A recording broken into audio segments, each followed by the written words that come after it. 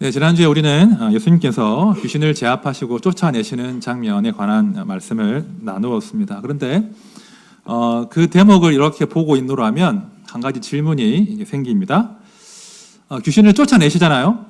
근데 이왕 쫓아내실 것이면 바로 지옥으로 보내시면 될 것인데 왜 돼지에게 들어가라고 허락하셨는가? 왜 귀신이 이 땅에서 계속 활동하는 것을 아예 근본적으로 차단하지 않으시는가? 이런 이제 궁금증이 생기는 그런 스토리였습니다. 여러분, 왜 예수님께서 그 귀신들을 완전하게 심판하지 않으셨을까요? 네, 아직 예수 그리스도의 최후 심판의 때가 이르지 않았기 때문입니다. 완전한 최후 심판이 남아있기 때문이에요. 자, 사탄과 그를 따르는 자들에게는 최후 심판이 남아 있습니다. 하나님의 유죄 판결이 내려졌지만 최후 심판은 유예되어 있는 것입니다. 자, 그러니까 지금 우리는요, 형의 집행을 미룬 일종의 집행유예 기간을 살고 있다. 이렇게 보시면 되겠습니다. 이 집행유예 기간이 참 고달픈 면이 있죠. 악이, 사단이 여전히 압력하고 활동을 하니까 성도들은 그 영적인 싸움을 싸워야 하는 고단함들이 있는 거예요. 하지만 동시에 그 집행유예 기간은 우리 하나님께서 인내하시는 시간입니다. 하나님이 오래 참으시면서 당신의 사람들, 우리 아이들, 우리 이웃들, 잃어버린 그 영혼들을 악에서 건지시는 구원과 은혜의 시간이기도 한 것이죠. 그렇죠? 인내하시며 심판을 미루시고 당신의 사람들을 찾고 계신 그런 은혜의 시간이기도 한 것입니다. 자, 예수님의 초림과 재림 사이를 흔히 종말이라고 해요. 종말이라고 하는데요. 이 종말의 시대를 살아가는 두 가지 방식이 있습니다. 첫 번째는 마귀의 편에서 마귀의 사람으로 거짓과 탐심 가운데 사는 방식이 하나 있어요. 이게 하나 있고요. 또 다른 한편은 하나님의 편에서 마귀를 대적하면서 한 영혼이라도 더 건지기 위해서 선한 싸움을 싸우는 그런 삶을 살 수도 있습니다. 자, 어떤 편에 속해서 어떤 싸움을 싸울 것인가, 이것이 우리의 영원한 삶을 결정짓는다는 거예요.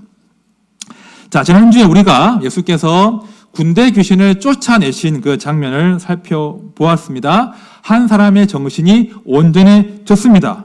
그러나 놀라운 것은 그 놀라운 사건에 대한 반응이 완전히 둘로 갈라졌다는 것입니다. 자, 마을 사람들은 어떻게 했습니까? 그 사건을 목격한 마을 사람들은 예수께서 그 지방에서 떠나시기를 간구했다고 합니다. 반면에 정신이 온전해진 그 사람은 예수와 함께 있기를 간구했다. 이렇게 묘사하고 있습니다. 마가복음의 저자가 의도적으로 이제 17절과 18절에서 파라칼레오라고 하는 간구하다라고 하는 단어를 반복적으로 쓰고 있는 거예요. 의도적입니다. 어떤 의도가 있을까요? 두 그룹을 대조하는 겁니다. 그렇죠? 두 그룹을 대조하는 겁니다. 자, 오늘 저는요, 본문을 이런 방식으로 한번 풀어보려고 해요.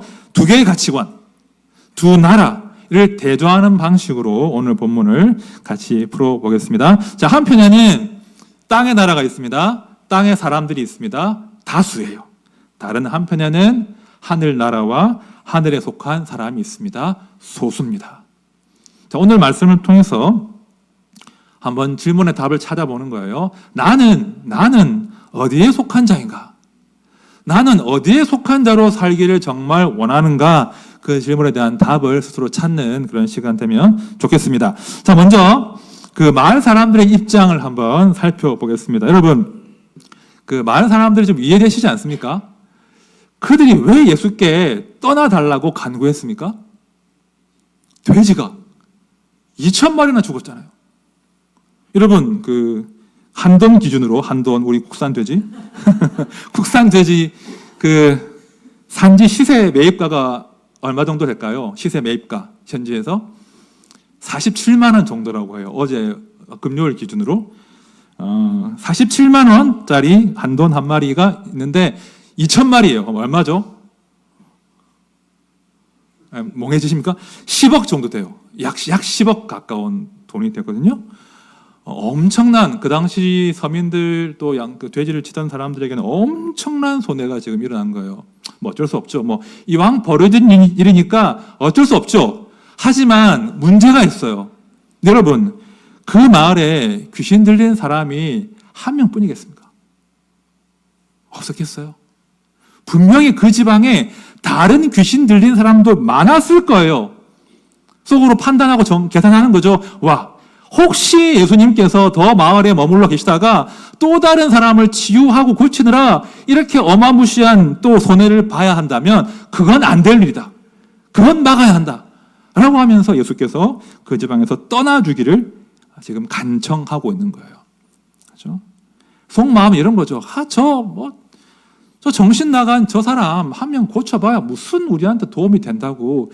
그거 그냥 두시지. 괜히 돼지 2,000마리 손해봤네. 그게 그들의 속마음이었다는 거예요. 여러분, 오늘 내용이 좀 극단적이긴 한데요. 바로 이것이 땅의 나라와 땅의 사람들의 가치관입니다. 가치관입니다.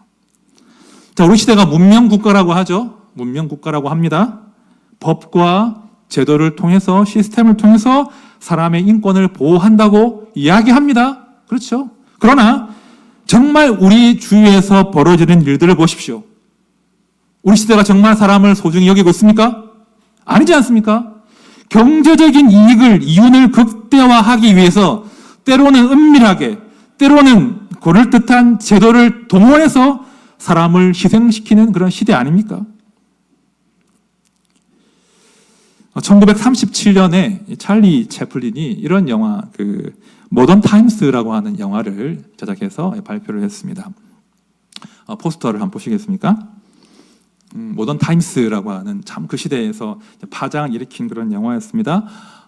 보시면 이제 찰리 채플린이 그 톱니바퀴 위에 올라가서 이제 막 나사를 조이고 있잖아요. 야, 우리 현대 사회가 인간을 마치 기계의 부속품처럼 지금 다루고 있는 거 아니냐. 인간의 존엄성이 땅에 떨어졌다. 기계와도 같은 그런 시대가 되었다라고 그 시대에 문제 제기를 했던 영화였고요. 많은 사람들이 이 영화에 공감했습니다. 그래서 야, 사람이 존중받는 그런 사회를 만들자라고 그들이 다짐했을 거예요. 그대로 지금 90년 세월이 지났습니다. 여러분, 세상이 정말 더 나아졌습니까? 정말 나아졌습니까? 지금 우리 시대를 움직이는, 세상을 움직이는 가장 큰 힘과 영향력은 무엇입니까? 결국은 경제 논리 아닙니까? 결국은 돈의 논리 아닙니까? 여전히 사람을 이익 창출을 위한 부품과 도구 정도로 삼고 있지 않습니까? 돈이 된다면, 돈벌이가 된다면 한 사람의 인격과 마음이 황폐해지는 것도 마다하지 않습니다. 돈을 더 잘 버는 사람으로 키워낼 수 있다면 우리 아이의 인격과 마음과 성품은 적당히 포기하는 그런 시대가 된 것 아닙니까? 돈만 된다면, 돈벌이만 된다면 한 사람의 생명도 가벼이 여기는 그런 무서운 다음 세대가 양산되는 그런 시대를 우리가 살고 있다는 거예요. 여러분, 신약 성경에서 말입니다. 예수님께서 하나님의 라이벌로 인정한 신이 하나 있어요. 구약을 보면 다 신은 거짓이라고 하잖아요. 근데 신약에서 예수님께서 하나님의 라이벌로 인정하고 인격화한 신이 한 놈 등장합니다. 뭔지 아십니까? 돈, 만몬이에요. 너희가 하나님과 재물을 겸하여 섬길 수 없느니라. 감히 하나님의 라이벌의 위치에 오른 것이 만몬이고 재물입니다. 하나님은 이 재물을 섬기는 것을 너무나 미워하십니다. 그래서 야고보 사도는 돈을 사랑함이 일만 악의 뿌리라고 했거든요. 문제가 뭐냐면 이 돈을 사랑함이, 이 탐심이, 만몬이, 배금주의는 반드시 인명경시와 연결되어야 되었다는 거예요. 저는요, 우리 시대가 돈을 더해가는 이런 광기, 돈을 사랑함이, 이 탐심이 무서운 심판에 직면할 것이라 믿습니다. 말씀을 들어보십시오. 그러므로 땅에 있는 지체를 죽이라. 곧 음란과 부정과 사욕과 악한 정욕과 탐심이니, 탐심은 우상 숭배니라. 이것들로 말미암아 하나님의 진노가 임하느니라. 탐심으로 말미암아 돈을 사랑함으로 사람과 하나님을 더 이상 사랑하지 않는 그 시대가 머지않아 하나님의 진노를 마주할 것이다 라고 바울 사도께서 말씀을 미리 했던 것이죠. 여러분, 성도 여러분, 축복드립니다. 부디 돈보다 사람을 더 사랑하는 하늘의 시민으로 사십시오. 여러분, 부탁드립니다. 한 사람을 살리기 위해서 때로 땅의 것을 양보하고 포기할 수 있는 그런 성도의 품격을 좀 만들어 가십시다.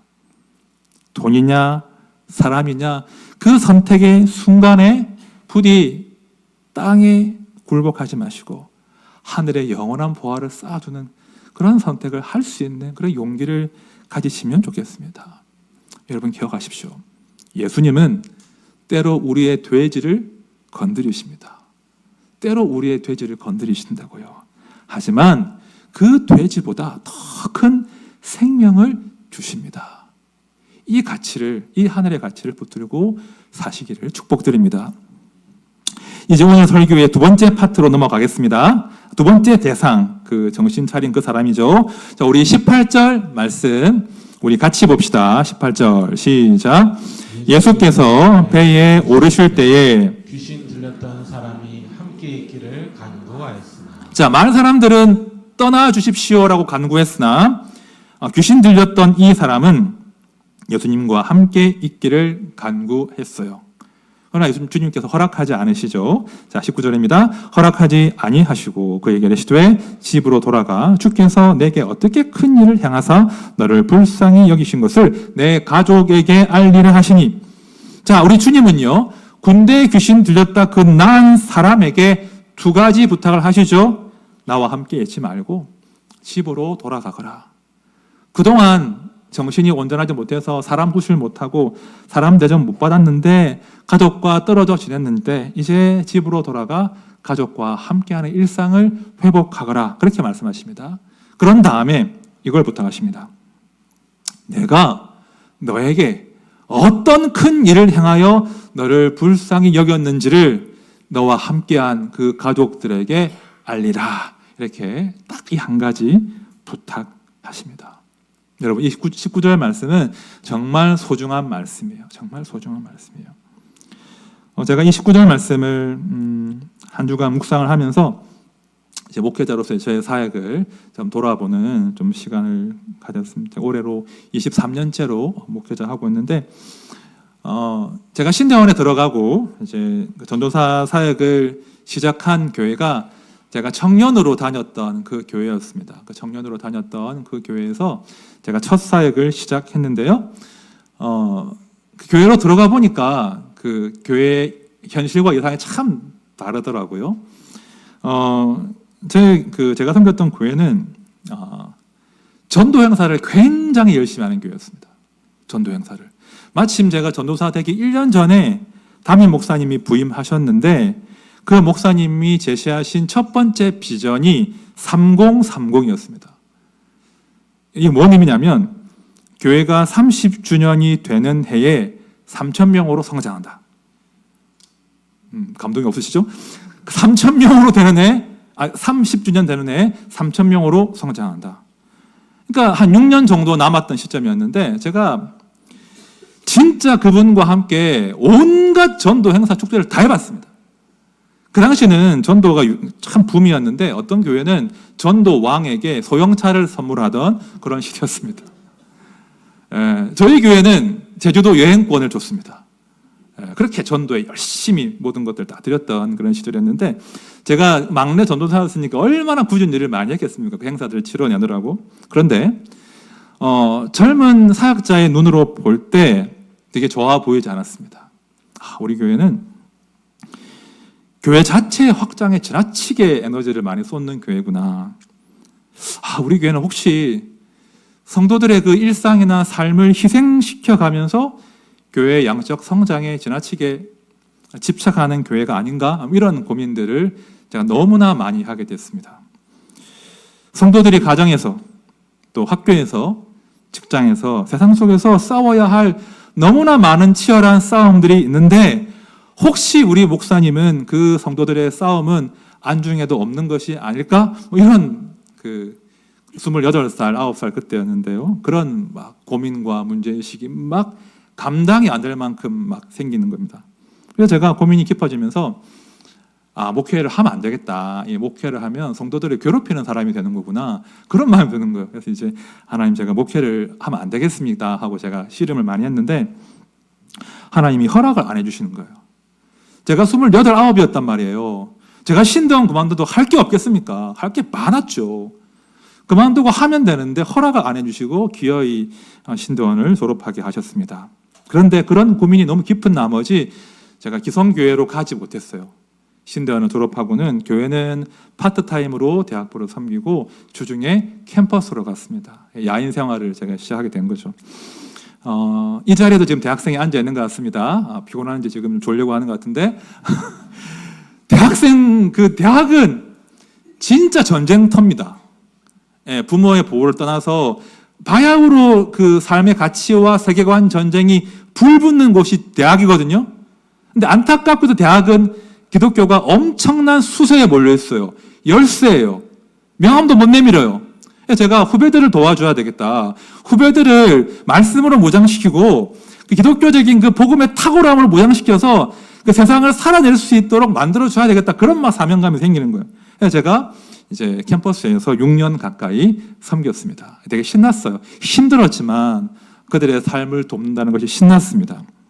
그런데 세월이 흘러서 이제 유학도 가게 되고 공부도 하게 되고 그리고는 40살이 될 때 제가 드디어 정규직으로 취업을 하게 되었습니다. 그 전까지는 그렇지 않았거든요.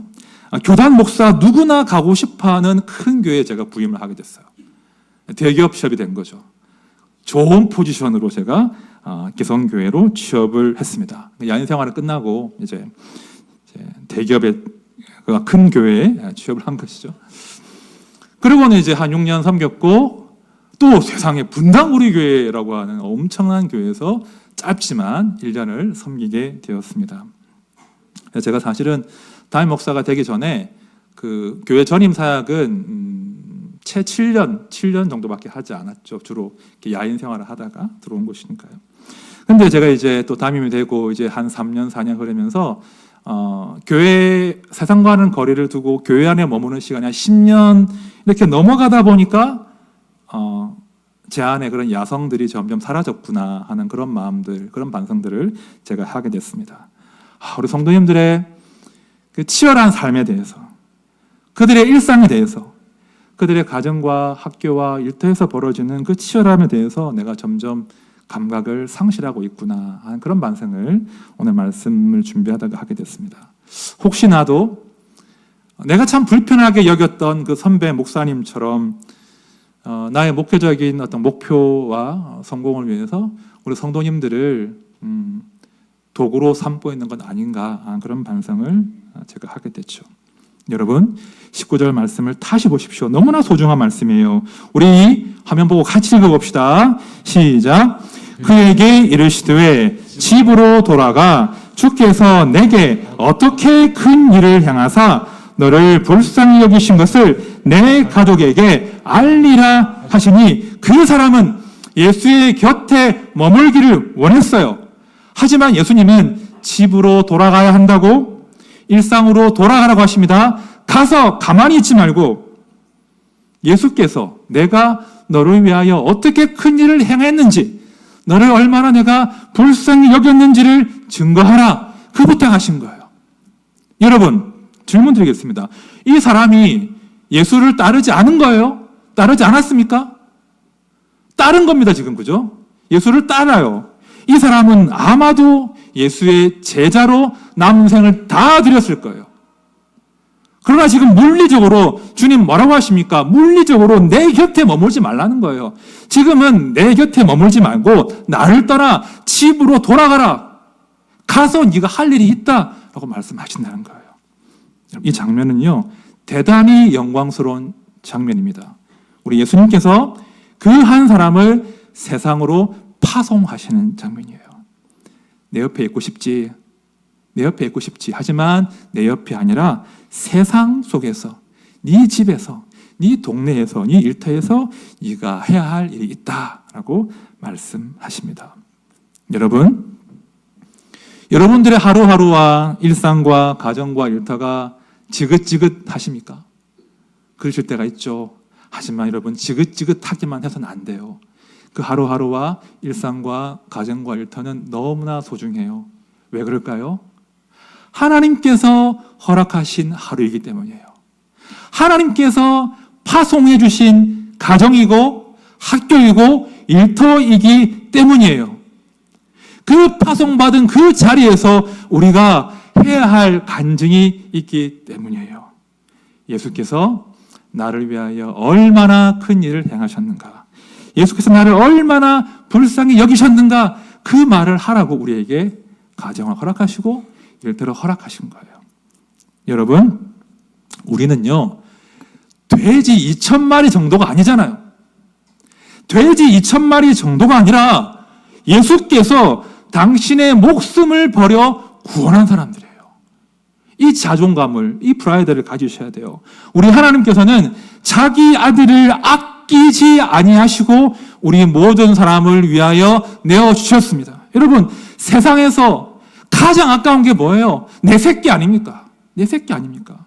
제가 딸아이가 아플 때 너무 딸이 아까워서 하나님께 원망할 때 주신 말씀이 제가 자주 한 말씀이죠. 로마서 8장 32절이었습니다. 자기 아들을 아끼지 아니하시고 우리 모든 사람을 위하여 내주신 이가 어찌 그 아들과 함께 모든 것을 우리에게 주시지 아니하겠느냐. 이 딸이 아깝더냐. 그 딸을 내어주기 아깝더냐. 나는 너를 위해서 내 아들을 아끼지 않았다. 우리가 그런 사람이라는 거예요. 그럼 우리는 누가 뭐라고 해도 하나님의 큰 사랑을 입은 사람들입니다. 그러므로 하나님의 사랑을 입은 자답게 살아내야 하는 거예요. 우리는 애정 결핍의 사람이 아니에요. 하나님의 큰 사랑을 이미 받은 사람이에요. 그럼 우리 시대가 애정 결핍의 시대 아닙니까? 무정한 시대거든요. 사도 바울의 말을 들어보십시오. 디모데후서 3장 3절 4절이에요. 무정하며 원통함을 풀지 아니하며 모함하며 절제하지 못하며 사나우며 선한 것을 좋아하지 아니하며 배신하며 조급하며 자만하며 쾌락을 사랑하는 것을 하나님 사랑하는 것보다 더하며. 우리 시대가 무정하다고 해요. 무정하다는 말의 의미는 사랑이 없다는 말이에요. 우리 시대가 애정 결핍에 시달리고 있습니다. 마치 잔뜩 화가 난 사람처럼 서로에게 으르렁대고 사나워요. 너무 조급하게 판단하고 말하고 배신해요. 그렇게 쉽게 배신하고 쉽게 말하고 쉽게 정죄하고 쉽게 판단하면서 정작 나를 사랑해 주라고 요청해요. 그런 요상한 시대가 우리 시대란 말입니다. 서로 사랑하지 않으면서 무정하면서 나를 사랑해 주라고 하는 아이러니가 우리 시대를 더욱 힘들게 하고 있습니다. 여러분, 이런 요상한 세상에서, 이런 무정한 세상에서, 그 세상에서 누가 다른 파동을, 다른 물결을 만들어낼 수 있겠습니까? 먼저 하나님의 사랑을 입은 우리예요, 그죠? 성도만이 다른 물결을 만들어낼 수 있습니다. 우리가 세상 속으로 녹아 들어가서 빛이 되고 소금이 되는 거예요. 우리 말고는 할 수가 없습니다. 자, 우리 골로새서 3장의 말씀을 같이 읽어봅시다. 시작. 그러므로 너희는 하나님이 택하사 거룩하고 사랑받는 자처럼 긍휼과 자비와 겸손과 온유와 오래 참음을 옷 입고 누가 누구에게 불만이 있거든 서로 용납하여 피차 용서하되 주께서 너희를 용서하신 것 같이 너희도 그리하고 이 모든 것 위에 사랑을 더하라. 이는 온전하게 매는 띠니라. 우리가 이런 사람으로, 우리의 일상으로, 우리의 일터로 가정으로 부르심 받은 것입니다.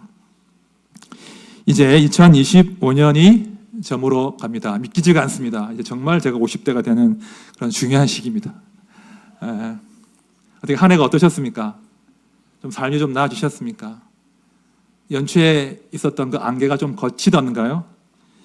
여전히 고생스러우시죠? 여전히 우리의 가정과 우리 아이들의 삶과 우리 가족들의 삶과 일터는 우리의 고생을 요구합니다. 고생스럽습니다.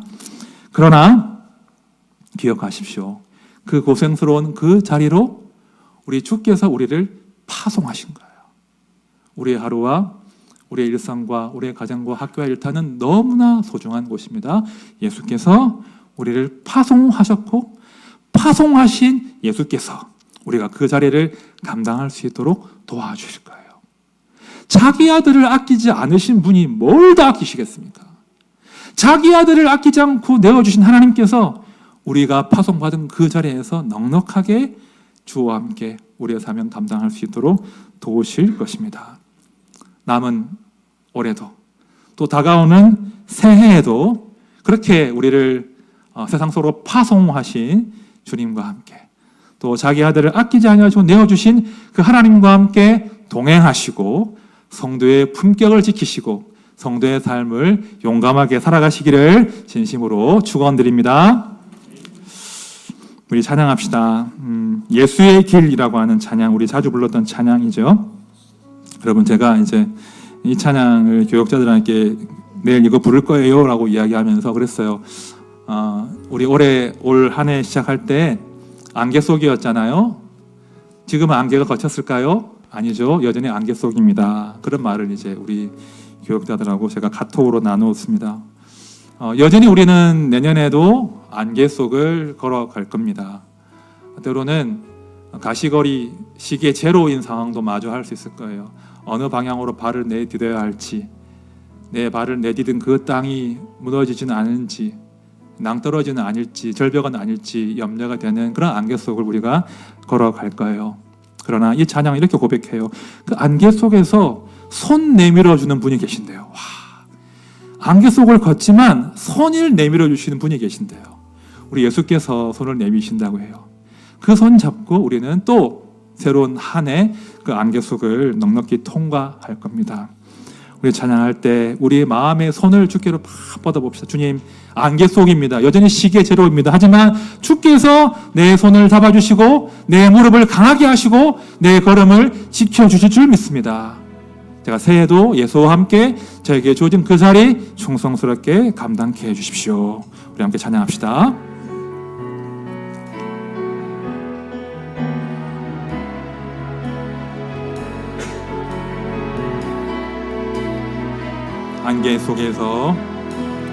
안개 속에서 주를 붙여내 아무도 없을 것 같던 그곳에서 손 내미셔서 나를 붙드네 길 잃고 쓰러져 가던 그곳에서 주 말씀하시네 내 손 잡으라고 내가 곧 길이요 진리 생명이니 나 그 길을 보내 주 예비하신 곳 다른 길로 돌아서지 않으리 예수의 길 그 좁은 길 나는 건네 주 손잡고 그 무엇도 두렵지 않네 주님 주신 약속 내게 있으니 아멘 세상의 길 그 험한 길 승리한 성령으로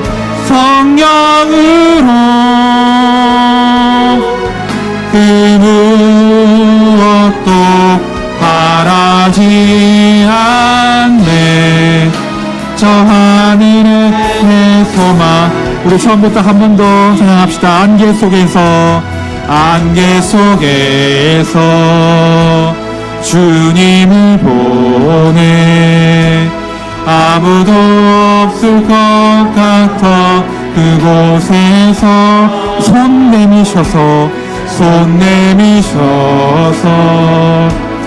나를 붙드네. 길 잃고 쓰러져가던 그곳에서 주 말씀하시네. 내 손 잡으라고 내가 곧 기요 진리 생명이니 나 그 길을 보내. 주 예비하신 곳 다른 길로 돌아서지 않으리. 예수의 길, 그 좁은 길, 나는 건네 주 손잡고 그 무엇도 두렵지 않네. 주님 주신 약속 내게 있으니 세상의 길 그 험한 길 승리하네. 성령으로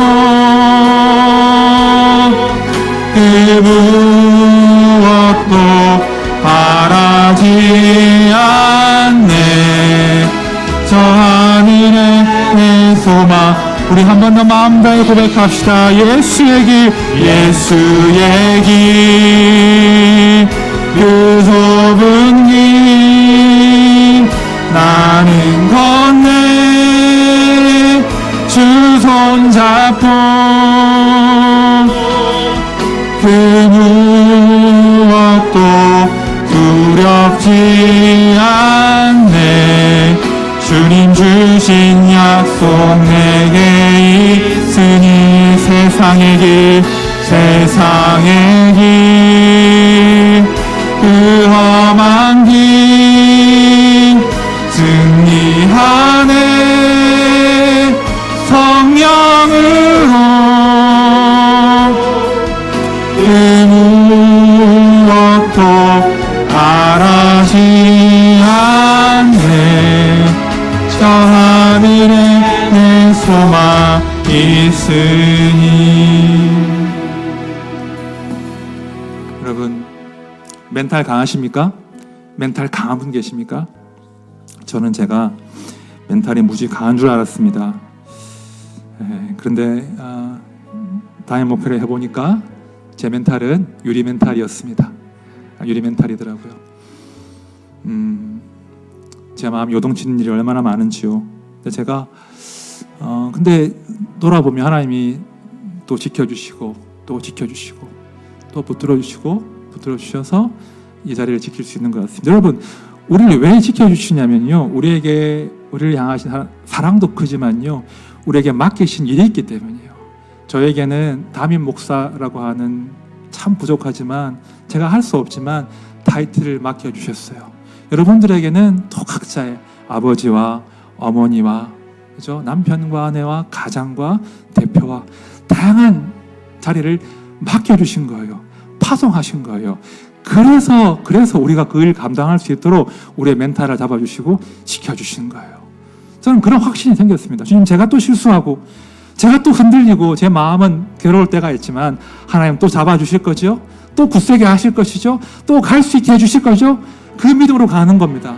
마찬가지 아니겠습니까? 여러분들 힘겹게 하는 것들이 있으시죠? 멘탈을 흔드는 것 있으시죠? 당장 관두고 싶은, 포기하고픈 그런 일들이 있으시죠? 다 그래요. 하지만 우리 하나님이, 우리 주님이 기어이 지켜주실 것입니다. 안개 속이고 시계의 채로 인하 기어이 당신의 손을 내미실 겁니다. 그 손을 잡으십시오. 그리고 나는 부족하나 주님 의지하여 그 자리를 지켜내십시오. 우리 기도합시다. 하나님, 제가 부족하지만, 제가 실수가 많지만, 제가 불안하고 무섭지만 다시 나에게 주어진 이 자리, 예수의 길 걸어가겠습니다. 나를 고아처럼 버려두지 아니하시고 나를 찾아오시는 성령님만을 바라봅니다. 안개 속에서 내 손 잡아주시는 주님만을 의지합니다. 내 발에 등 되시고 내 길에 빛 되시는 주님만을 의지하며 제가 담대히 한 걸음 떼겠습니다. 우리 함께 기도하며 나갑시다.